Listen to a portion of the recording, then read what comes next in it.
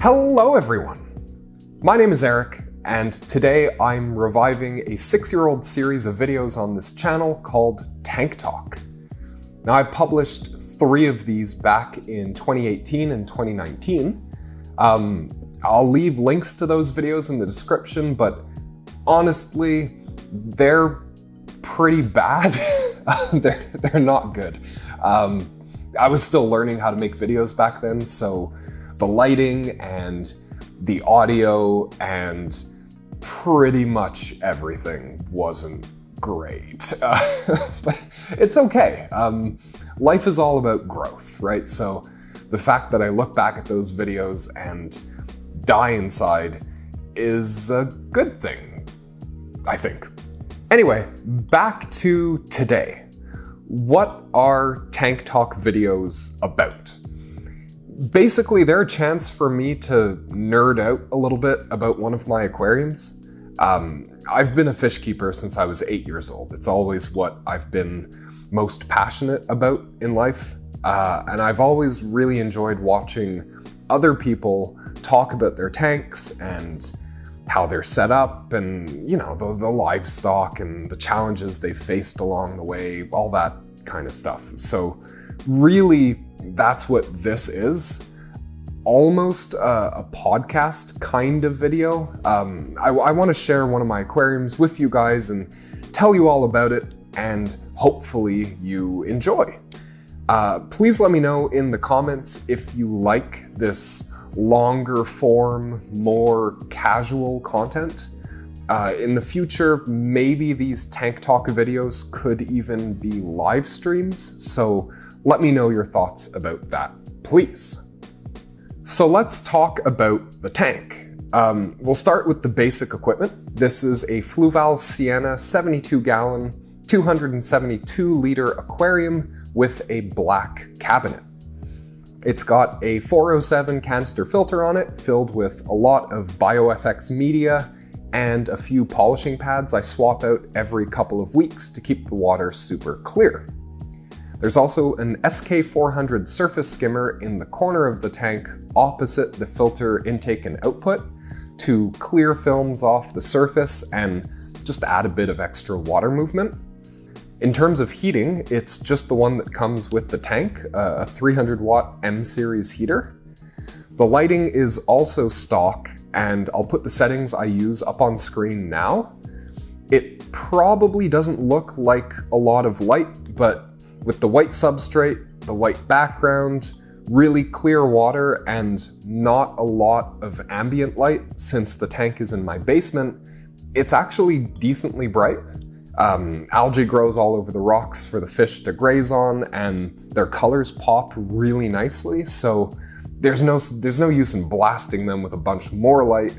They don't need it, and I would just need to clean the tank way more frequently. On the subject of maintenance, I do weekly partial water changes on this tank, probably about a third of the volume each time, I'd say. The fish are very active, and they dig a lot, so in doing so they stir up waste that might be accumulating, so the filter is able to collect and take care of most of it. Still though, I go in with a gravel vac every week and clean out the substrate. It helps keep it really nice and bright. And I can also smooth out all the little sand mountains the fish have made, so they have something to do over the next few days. I call that enrichment, but I don't know, maybe I'm just messing with their heads a bit. Speaking of the fish, what are they? So there's 2 fairly classic Lake Malawi species in here. Labidochromis cerealius and Pseudotropheus acei. I got both of them in late 2023, so they're still fairly young, but you can see some of them are more dominant and have really impressive colors and patterns on them. I really love these fish. They're super energetic, full of personality. The second they see someone approaching their tank, they lose their tiny little fish minds and act like they haven't eaten in months. They're a lot of fun. I think the colors of the fish really complement each other. the bright yellow with sort of a deeper blue color. And then together they look really awesome against the very monochrome aquascape. In the evening, the lights on the tank mostly turn off and there's just some blue LEDs on, and it brings out really cool patterns in the fish that you can't see otherwise. They look like jewels sparkling in the dark a bit. It's really, really cool. Kind of hard to capture on camera though, so you might have to take my word for it. The yellow labs were the first fish I added into the tank, and they were great for about a month, and then suddenly they got terrified of everything. The second you'd come close to the tank, they'd disappear inside the rocks and hide until you left. The issue obviously was that there just weren't enough of them for them to feel safe. So as soon as I added the other species, they were fine, and they have been ever since. In terms of feeding, these guys are on a staple diet of Bug Bites spirulina flakes and a few other formulations for herbivores. They also really love Bug Bites algae crisps, and it's hilarious to watch them fight over them. It's like Lady and the Tramp, but way more violent. I also give the fish fresh or blanched vegetables once a week. Zucchini so far is their favorite, but they really like peas and lettuce as well. I want to talk about the aquascape now. So first of all, I am definitely not a professional aquascaper. I don't pretend to be. I've seen so many setups online that make the things that I do look kind of pathetic. But still, I love aquascaping. I think it's therapeutic and very rewarding and a really great way to express my creativity. The type of setup that I generally go for is a more natural one. I'm a biologist, and the focus of my studies was natural history. So for me, the responsibility you have when setting up an aquarium is to create something that allows the fish to exhibit the most natural behaviors possible. Now, this technically isn't a biotope aquarium. I collected the rocks locally instead of shipping them from Africa, and the substrate is just generic white aquarium sand, but I think you can still create something that makes the fish feel at home and replicates their natural habitats and is really nice to look at without necessarily worrying about the super strict details of biotopes. I want to share a couple of tips for setting up aquariums like this one. First of all, I find height to be a challenge in tanks with only rocks. Usually you'll try to stack rocks up to fill the vertical space of the aquarium, but often that ends up looking really unnatural, and also it can fall over if you're not careful, and that's very bad. Try to plan ahead for how you'll fill the space. In this tank, for example, I positioned these two longer rocks vertically and then built the rest of the aquascape around them. They're prominent focal points in the tank, and they help the setup feel balanced both vertically and horizontally, in my opinion.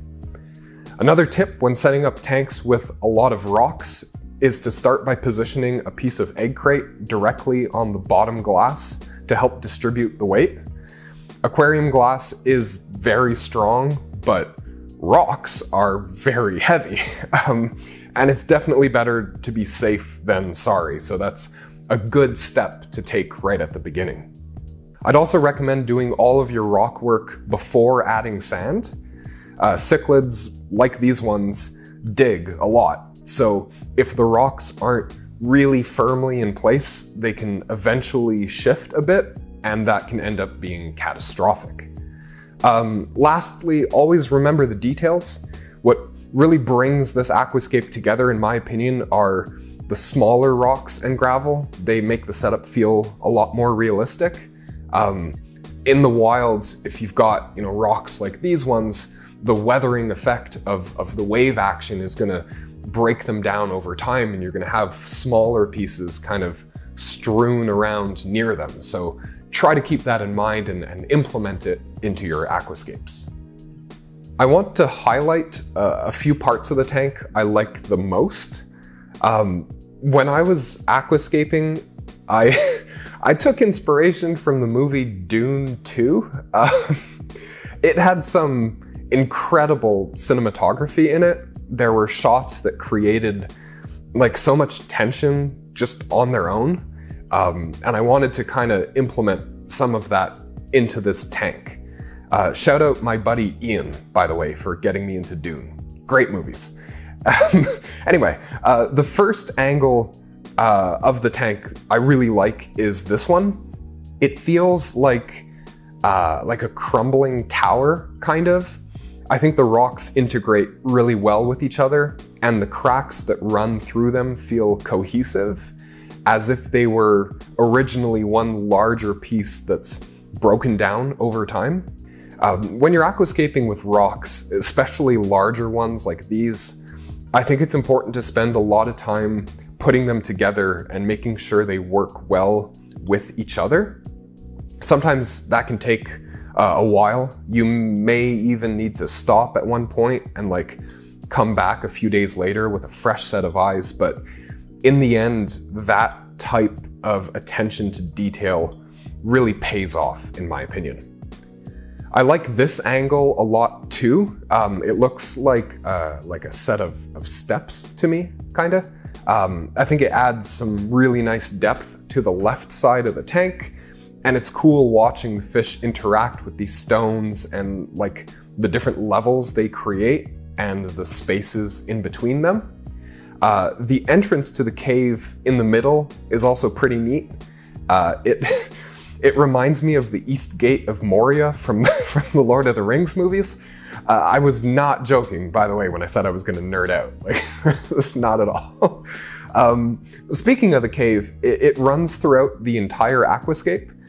There's entrances to it from multiple angles, which lets the fish fight over territories really naturally, but also gives them enough areas and kind of breaks up their lines of sight enough so that they're not constantly going at each other.